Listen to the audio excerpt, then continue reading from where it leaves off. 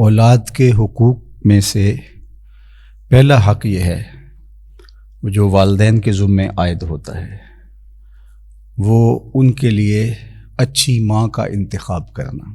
جب انسان نکاح کرتا ہے تو عمومی طور پہ لوگ اپنے لیے اچھی بیوی کی تلاش کر رہے ہوتے ہیں، لیکن یہ چیز اسے مد نظر رکھنا ہوگی کہ آج میں جس کا انتخاب کر رہا ہوں کل وہ میرے بچوں کی ماں بننے والی ہے، تو وہ بطور ماں کس طرح سے ان کی تربیت کر سکے گی۔ تو وہ خوبیاں جو ایک ماں کے اندر ہونی چاہیے تو وہ آپ نے انتخاب کرتے ہوئے غور و فکر کرنا ہے۔ ابو الاسود الدؤلی زمانہ جاہلیت کا ایک شاعر گزرا ہے۔ ایک دن وہ اپنے بیٹوں سے کہنے لگا کہ میں تمہارے پیدا ہونے سے پہلے بھی اور تمہارے پیدا ہونے کے بعد بھی تمہارے اوپر بڑے احسانات کیے ہیں۔ تو بیٹوں نے کہا کہ ہمارے پیدا ہونے کے بعد کے احسانات تو سمجھ میں آتے ہیں، لیکن ہمارے پیدا ہونے سے پہلے آپ نے ہمارے اوپر احسان کون سا کیا ہے؟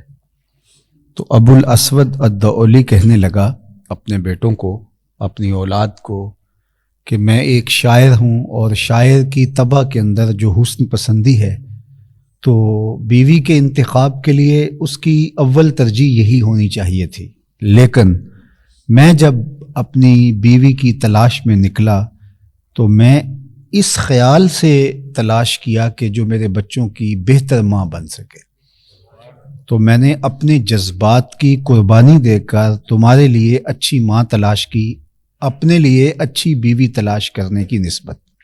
تو میرا یہ وہ احسان ہے جو تمہارے پیدا ہونے سے قبل میں نے تمہارے اوپر کیا۔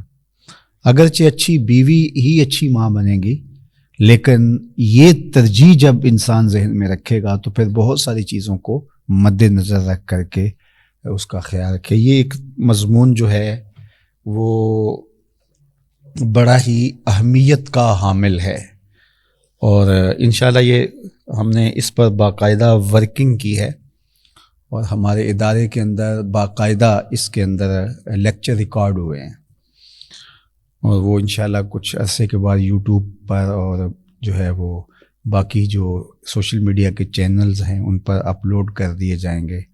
باقاعدہ نفسیات کے ماہرین ڈاکٹروں سے بھی آراء لی ہیں، پوری دنیا بھر کے نفسیات کے ماہرین کے ڈاکٹروں سے، اور وہ 5 چیزیں بیان کی گئی ہیں کہ جو بیوی کے انتخاب کے لیے اور خاتون کے انتخاب کے لیے جو ہے جن چیزوں کو مد نظر رکھنا چاہیے۔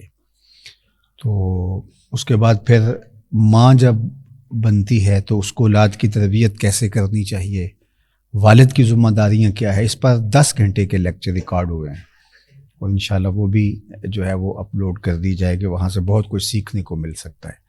تو میں صرف عمومی طور پہ چند باتیں آپ کے سامنے رکھنا چاہ رہا ہوں۔ تو سب سے پہلی بات جو ہے وہ اچھی خاتون کا انتخاب جو کل بہتر ماں بن سکے۔ اور حضرت سیدنا عمر رضی اللہ تعالیٰ عنہ کا واقعہ آپ نے سنا ہوگا کہ آپ جب پہرا دے رہے تھے، راتوں کو گشت کیا کرتے تھے، تو ایک خاتون اپنی بیٹی سے کہہ رہی تھی کہ دودھ میں پانی ملاؤ تاکہ ہم زیادہ پیسے کما سکیں۔ تو اس لڑکی نے کہا کہ امیر المومنین حضرت عمر نے دودھ میں پانی ملانے سے منع کر رکھا ہے۔ تو اس خاتون نے کہا کہ عمر کون سا دیکھ رہا ہے؟ تو اس لڑکی نے کہا کہ عمر تو نہیں دیکھ رہا، عمر کا رب تو دیکھ رہا ہے۔ حضرت عمر رضی اللہ تعالیٰ عنہ بہت متاثر ہوئے اور اس دروازے پر نشان لگا دیا۔ واپس آئے، صبح ہوئی تو اپنے بیٹوں کو بلایا اور کہا کہ اپنے بیٹے سے کہا کہ میں جو ہے وہ تمہارا ایک خاتون سے نکاح کرنا چاہتا ہوں۔ تو انہوں نے کہا کہ جس طرح آپ کی مرضی ہو۔ تو پھر آپ نے اس گھر پیغام بھیجا اور اس بیٹی کے رشتے کے لیے اس کی ماں سے کہا۔ تو اس نے کہا کہ مجھے منظور ہے، ظاہر امیر المومنین کا صاحبزادہ ہے۔ تو حضرت عمر کے فرزند کا نکاح ہوا اس خاتون سے، ان سے ایک بیٹی پیدا ہوئی جس کا نکاح پھر عبد العزیز سے ہوا، اور اس عبد العزیز سے اور حضرت عمر کی پوتی سے پھر ایک بیٹا پیدا ہوا جس کا نام حضرت عمر بن عبد العزیز ہے۔ تو اچھی مائیں اچھی قوم دے سکتی ہیں، تو اچھی ماں کا انتخاب اس وصف پر آپ نے اپنے بیٹے کا نکاح کر دیا کہ یہ کس قدر اللہ سے خشیت اور اللہ سے خوف رکھنے والی خاتون ہے۔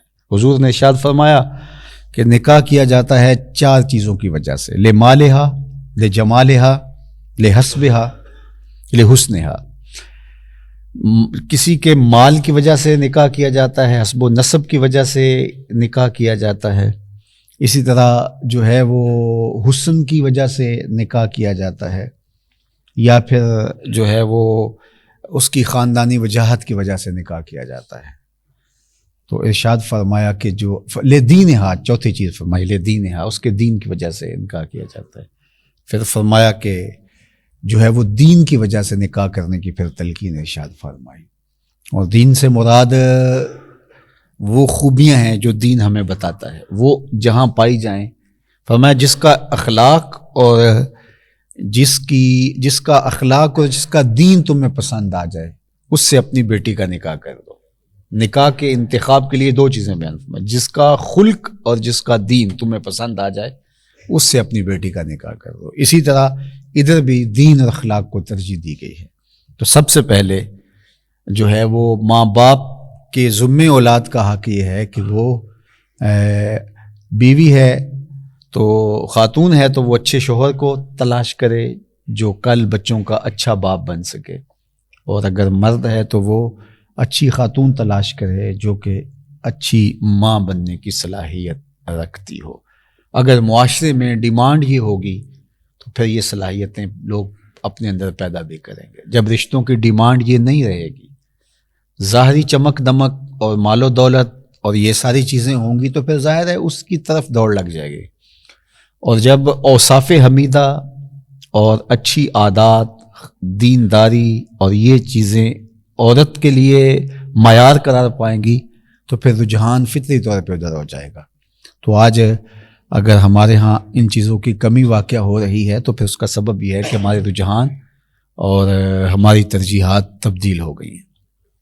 دوسرا، نکاح کرنے کے بعد اللہ سے اولاد کی دعا مانگنا، اور یہ پیغمبروں کی سنت ہے، دعاؤں سے اولادیں طلب کرنا۔ حضرت زکریا علیہ السلام کی دعا اور دیگر پیغمبروں کی دعائیں قرآن مجید میں مذکور۔ ہنالک دعا زکریا رب ہب لی من لدنک ذریۃ طیبہ۔ حضرت زکریا علیہ السلام نے اللہ کے حضور دعا مانگی، اور دعا میں کیا کہا؟ اللہ مجھے نیک پاکیزہ اولاد عطا کر۔ جب بھی اولاد مانگو تو نیک اولاد مانگو، جب بھی رزق مانگو تو مبارک رزق مانگو۔ اللہ سے رزق مانگو، اللہ مجھے رزق عطا کر دے، اس میں کوئی کوتاہی اور اس میں کوئی عیب والی بات نہیں ہے کہ اللہ سے آسودگی، رزق فراوان طلب کرنا چاہیے، لیکن جب بھی رزق مانگو تو رزق مبارک مانگو، برکت والا رزق مانگو، رزق حلال، رزق طیب، رزق مبارک طلب کرو۔ اسی طرح جب بھی اولاد مانگو اللہ سے تو پاکیزہ اولاد مانگو، نیک صالح اولاد طلب کرو، چونکہ نیک اور صالح اولاد انسان کے بڑھاپے کو بھی جوانی میں بدل دیتی ہے، اور بری اولاد جوانی کو بھی بڑھاپے میں تبدیل کر دیتی ہے۔ تو نیک اولاد اللہ کی بہت بڑی نعمت ہے، صالح اولاد اللہ کی عنایت ہے۔ اس لیے قرآن مجید میں پیغمبروں کی جو دعائیں مذکور ہیں اولاد کے حصول کے لیے، تو اس میں یہ لفظ ضرور ہے، رب ہب لی من لدنک ذریۃ طیبہ، اللہ مجھے پاکیزہ اولاد عطا کر دے، طیب ستھری اولاد عطا کر دے۔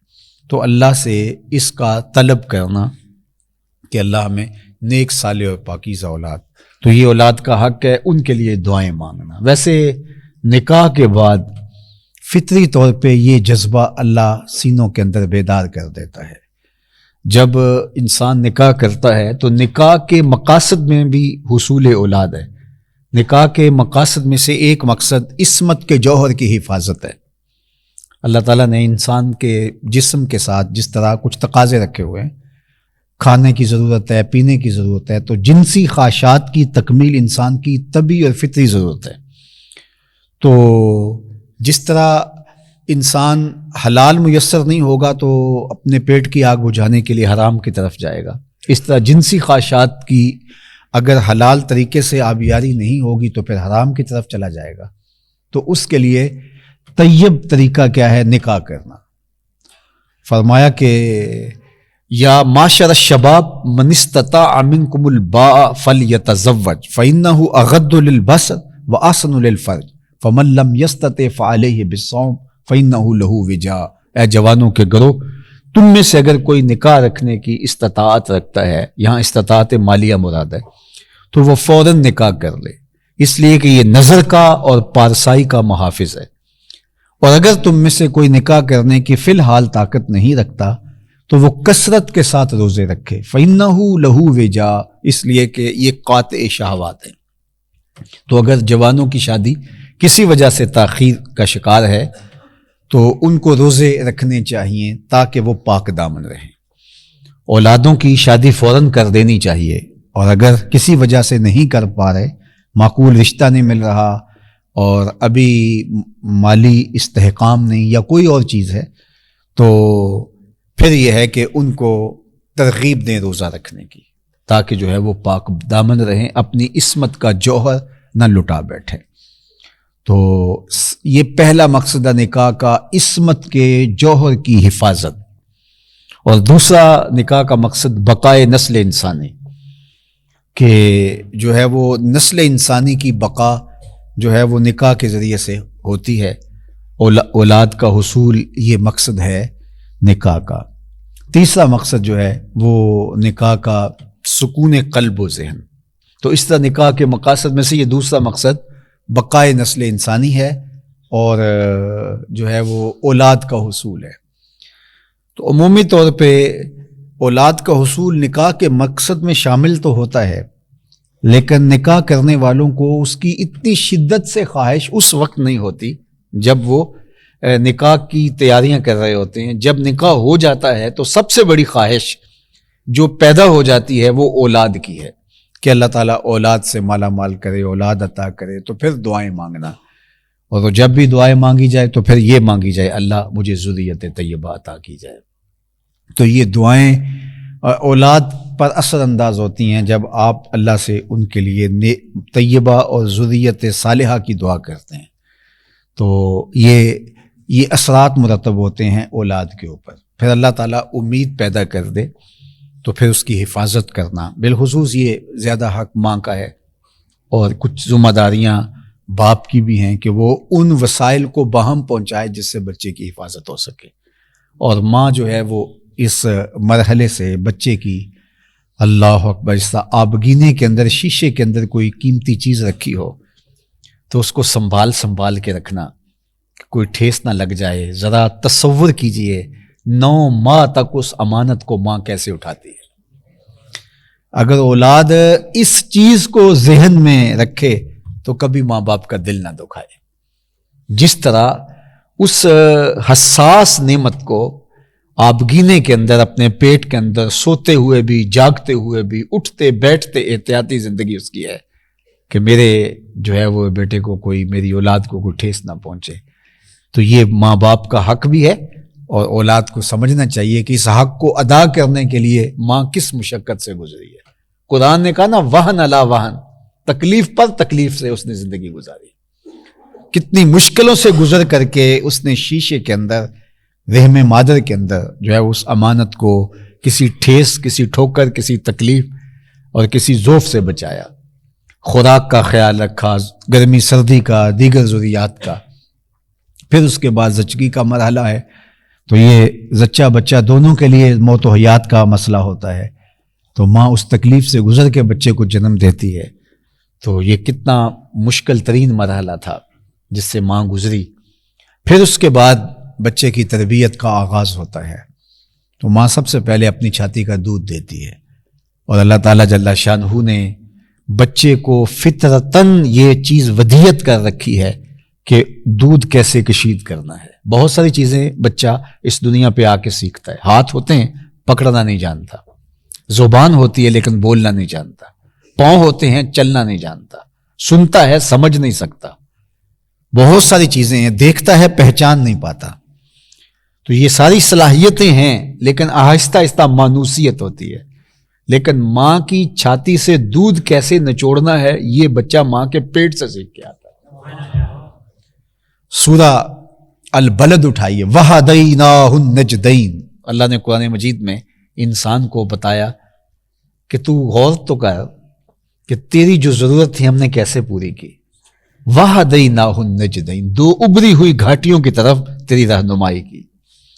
تو حضرات مفسرین نے کہا کہ اس سے ماں کی چھاتیاں مراد ہیں کہ جو بچہ سیکھ کے آتا ہے، جس طرح وہ بطخ کا بچہ تیرنا سیکھ کے آتا ہے انڈے کے اندر سے ہی، تو اس کو آ کے سیکھنا نہیں پڑتا، باقی بہت ساری چیزیں سیکھتا ہے. تو اب ماں نے پہلا دودھ دیا اور یہ ماں باپ کا اولاد کے ذمے جو ہے وہ فرض تھا اور اولاد کا حق تھا ماں باپ کے ذمے. انہوں نے اس کو نبھایا، اس کی ضروریات کو پورا کیا اور اس کا اچھا نام رکھا. والدین کے ذمے اولاد کا حق ہے. ایک شخص نے اپنی بیٹے کا نام جول رکھا تو اس نے آگے شکایت کی بعد میں جب بڑا ہو گیا کہ اس نے میرے باپ نے میرا نام جول رکھا. تو یہ گندگی کا کیڑا ہوتا ہے. تو نام رکھا جائے تو خوبصورت رکھا جائے. آج کل ہمارے ہاں یہ بھی ہوتا ہے کہ منفرد نام رکھنے کی خواہش، منفرد نام ہو، ایسا نام جو پہلے کبھی کسی نے نہ رکھا ہو. یہ انسانی فطرت ہے، انسانی طبع میں تنوع ہے، اس کا کوئی انکار نہیں. گھر بھی بناتا ہے تو اس کی کوشش ہوتی ہے ایسا ڈیزائن ہو جو پورے محلے بستی میں نہ ہو. اسی طرح وہ باقی امور میں بھی کچھ نیا کرنا چاہتا ہے. یہ انسانی طبع ہے، اس کا کوئی انکار بھی نہیں کرنا چاہیے. لیکن اس خواہش میں کہ میرے گھر کا ڈیزائن اچھا ہو تو ایسا نہ ہو کہ ڈیزائن تو اچھا بن گیا لیکن سردی کو روک نہ پائے. ڈیزائن تو منفرد ہو گیا لیکن پردے دار نہ ہو. ڈیزائن تو اچھا ہو گیا لیکن موسموں کی شدت کا مقابلہ نہ کر سکتا ہو، تو وہ چیزیں بھی پیش رکھیں گے. تو اسی طرح آپ منفرد نام رکھیں اولاد کا، لیکن یہ نہیں ہے کہ اس انفرادیت کے اندر اس کے معنی پہ غور نہ ہو. ایک زمانے میں ایک صاحب نے اپنی بیٹی کا نام رکھ لیا رقیبہ. تو میں نے کہا کہ یہ نام تم نے کیسے رکھا ہے؟ تو کہنا جی قرآن میں آیا ہے رقیبہ. میں نے کہا قرآن میں تو ابلیس بھی آیا ہے، تو یہ تو لازمی نہیں ہے کہ رقیبہ کا لفظ وہاں آ گیا تو وہاں کس معنی میں ہے. تو ہمارے ہاں رقیبہ رقیب سے ہے، تو یہ تھوڑا سا میں نے کہا عجیب ہے، اس کو آپ تبدیل کر دیجئے. تو بچی بڑی ہوگی تو ایسا نام نہیں ہے. بعض الٹے سیدھے نام، حالانکہ منع کیا لا تنابزوا بالالقاب. ایک تو نام رکھا گیا اور بعد میں عمومی طور پہ جاہلانہ معاشروں کے اندر اچھا پاکیزہ ستھرا سا نام ہونے کے باوجود بھی اس کا کوئی ایسا عرفی الٹا نام رکھ دیا جاتا ہے جو انتہائی اس کی شخصیت کو متاثر کر رہا ہوتا ہے. تو قرآن نے بھی منع کیا ہے کہ کسی کو الٹے نام سے، ایک ہوتا ہے کہ کسی کا عرفی نام وہ بھی اچھا ہو اور اس میں کوئی حرج نہیں ہے، یعنی ایک تو اس کا اصلی نام ہے اور ایک عمومی طور پہ پکارنے کے جیسا نک نیم جس کو کہہ دیا جاتا ہے تو اس میں کوئی حرج نہیں ہے. اور وہ تو حضور علیہ الصلوۃ والسلام کے دادا محترم نے حضور کا عرفی نام رکھا ہوا تھا، اور جب لاڈ سے پکارتے تو کہتے یا اب یادو، اے گورے رنگ والے. تو کسی کا اس طرح نام رکھ لیا جائے، اور عمومی طور پہ ہمارے ہاں عرفی نام چلتے ہیں پنجابی کلچر کے مطابق، پپو ہے، مٹھو ہے، اس طرح کے کتنے نام چلتے ہیں، تو کوئی حرج نہیں اس کے اندر. کسی کو چندہ کہہ دیا جائے تو یہ اس میں کوئی حرج نہیں ہے. تو یہ اچھے نام ہیں اگرچہ یہ عرفی ہیں، لیکن جو ہے وہ لفظوں کو، خوبصورت لفظوں کو بگاڑ کر کے عبد الرشید کو چھیدا کہہ دیا جائے تو یہ بڑا عجیب، عبد الکریم کو کریمہ کہہ لیا جائے تو یہ عرفی اگرچہ ایک معنی میں ہوں گے لیکن یہ جو ہے وہ عرفی نہیں ہے، یہ الٹے ہیں. یہ اصل نام کو بگاڑ کر کے اس کی حیت تبدیل کی گئی ہے. تو جو عرفی نام ہے وہ کوئی الگ سے ہو لیکن ہو خوبصورت تو اس میں کوئی حرج نہیں ہے، اور وہ رکھ لینا چاہیے، بلکہ بیوی کا بھی رکھ لینا چاہیے. حضور حضرت سیدہ عائشہ رضی اللہ تعالی عنہا کو حمیرہ کہہ کے پکارا کرتے تھے. حمیرہ کہتے ہیں سرخ رنگ والی، تو حضور حمیرہ کہہ کے لاڈ سے پکارا کرتے تھے. تو بیوی کا ایک تو نام عرفی ہے، لیکن شوہر لاڈ سے اگر کوئی نام الگ سے رکھ لے تو اس کو اجازت ہے، اور یہ حضور علیہ السلام کی سنت ہے. اور اس سے عورت جو ہے وہ ایک خوشی اور ایک فرحت محسوس کرتی ہے کہ میرے لیے خاص یہ نام رکھا گیا ہے. اس طرح بچوں کے لیے گھر کے اندر اگر کوئی ایسا نام رکھ لیا جائے جس سے انہیں فرحت اور خوشی محسوس ہو رہی ہو اور وہ ان کی شخصیت ڈیمیج نہ ہو رہی ہو اس سے، تو کوئی حرج نہیں ہے، بلکہ رکھ لینا چاہیے۔ لیکن اگر جو ہے وہ ایسا نام ہے تو وہ شخصیت کو جو ہے وہ عیبدار بنا دے گا، اس لیے ایسے نام رکھنے سے جو ہے وہ ایسے الٹے نام رکھنے سے، جس کو ہم الٹے نام رکھتے ولا تنابزوا بالالقاب، تو شریعت نے اسے منع کیا ہے۔ تو اچھے ستھرے سہل آسان جو زبان پر آسانی سے چڑھ جاتے ہوں اور وہ با معنی بھی ہوں، با مقصد بھی ہوں۔ اور احب الاسماء الی اللہ عبداللہ و عبد الرحمن، اللہ کو سب سے زیادہ جو محبوب نام ہے وہ عبداللہ اور عبد الرحمن ہے۔ بندوں کے نام جو بھی ہوں ان میں اللہ کو سب سے پسند نام جو ہیں وہ یہ دو نام ہیں، کسی کا نام عبداللہ رکھا جائے یا عبد الرحمن رکھا جائے، عبداللہ رکھا جائے یا عبید اللہ رکھا جائے یا عبید الرحمن رکھا جائے۔ عبد کی تصغیر عبید ہے، اور اس طرح عبداللہ رکھ دیا جائے یا عبید اللہ رکھ دیا جائے، عبد الرحمن رکھ دیا جائے یا عبید الرحمن رکھ دیا جائے، یا اللہ کے جتنے بھی صفاتی نام ہیں ان کے ساتھ عبد کی اضافت کے ساتھ کوئی نام رکھ لیا جائے۔ اور پھر دوسرا حضور کے ناموں پر سمو باسمی، فرمایا میرے ناموں پہ نام رکھو، میرے نام پہ نام رکھو۔ تو کسی شخص کا نام حضور کے نام پہ ہو تو کوئی یہ برکت والا نام ہے۔ تو حضور کے متعدد اسماء ہیں، ان اسماء میں سے کسی اسم مبارک پر حضور علیہ الصلوۃ والسلام کے کسی مبارک نام پر اپنی اولاد کا نام رکھ لیا جائے۔ اللہ اکبر۔ علماء نے لکھا کہ جس دسترخوان پر محمد نام کا بیٹا ہوگا، بچہ ہوگا، اللہ اس دسترخوان پہ برکتوں کا نزول فرمائے گا۔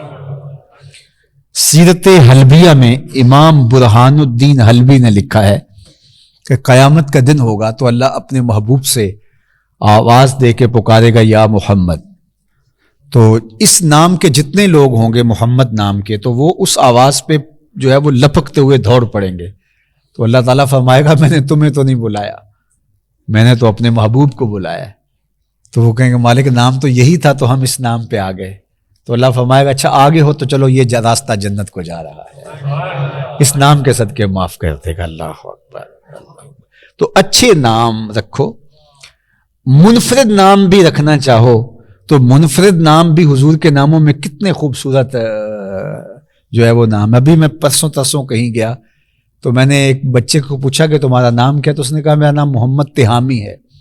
تو میں نے پہلی دفعہ سنا یہ نام کسی نے رکھا ہوا ہو، حالانکہ حضور کے اسماء میں سے حجازی، ترازی، تہامی، ہاشمی، تو عرض تہامہ کے حضور رہنے والے تھے، تو اس وجہ سے تہامی بھی حضور کا نام ہے۔ تو میں نے کہا بہت اچھا لگا مجھے آپ کا نام، کہ آپ کا نام محمد تہامی ہے۔ تو ہاشم ہے، تہامی ہے، حجازی ہے، یہ حضور کے مبارک جو ہے وہ صفاتی نام ہے۔ تو ان ناموں میں سے کوئی نام رکھا جا، صحابہ کے ناموں میں سے کوئی نام رکھے جا سکتے ہیں۔ اب 1,00,000 کئی ہزار صحابہ ہیں اور اتنے خوبصورت اسماء ہیں صحابہ کے، اہل بیت کے اسماء کو آپ پڑھیں، اتنے خوبصورت اسماء ہیں۔ تو وہ باقاعدہ ان ناموں میں سے کوئی نام رکھا جائے، اور اچھے سے اچھا نام جو ہے وہ بچہ خوش ہوتا ہے اس کا نام اچھا ہو، ورنہ بعض کا جو پھر وہ 40 سال کی عمر میں جا کے بدل لیتے ہیں نام، اور وہ نام جو ہے وہ ان کے لیے جو ہے وہ آر کا سبب ہوتا ہے۔ تو ایسا نام نہ رکھیں جو بچے کے لیے آر کا سبب ہو۔ یہ ماں باپ کا جو ہے وہ حق ہے کہ وہ اولاد، ماں باپ کے ذمہ اولاد کا حق ہے کہ وہ ان کا اچھا نام رکھیں، اور 7ویں دن نام رکھ لینا چاہیے، اور 7ویں دن جو ہے وہ ختنے بھی کروا دیں اور عقیقہ بھی کروا دیں۔ بہت کم بچے ہیں جو مختون پیدا ہوتے ہیں، لیکن حضور علیہ الصلوۃ والسلام مختون پیدا ہوئے تھے، اور اس کے علاوہ بھی کبھی کبھار مثال ایسی ہوتی ہے کہ کوئی بچہ مختون پیدا ہو جائے۔ تو ختنے سنت ہے حضرت ابراہیم علیہ السلام کی، اور پھر اس سے چل کر کے یہ جو ہمارا دین ہے یہ ملت خلیلی ہے، ملت ابراہیم، اس لیے بہت سارے احکام اس شریعت سے ہمارے دین میں آئے، اور اس میں سے ایک ختنہ ہے۔ تو ختنہ اور نطف الابط یعنی بغلوں کے بال کھینچنے، یہ جو 10 چیزیں بیان فرمائی گئی ہیں یہ وہاں ملت سے ہمیں ملی ہیں۔ تو ختنے کروائے جائیں، اور اسی طرح عقیقہ کیا جائے، اور وہ جانور ذبح کر کے اس کی کم از کم ہڈیاں توڑی جائیں، اور کچا گوشت اگر تقسیم کر دیا جائے تو یہ زیادہ افضل ہے، لیکن اگر آپ اس کو باقاعدہ بلا کر کے دعوت کر کے پکا کے بھی پیش کرتے ہیں تو یہ غریب، امیر، دوست، احباب سب کے لیے ہے، ہے تو یہ صدقہ ہے، لیکن یہ صدقہ واجبہ نہیں ہے کہ جس کو امیر نہ کھا سکے، تو اس کو سب لوگ لے سکتے ہیں، تو عقیقہ کیا جائے، یہ دعوت ہے۔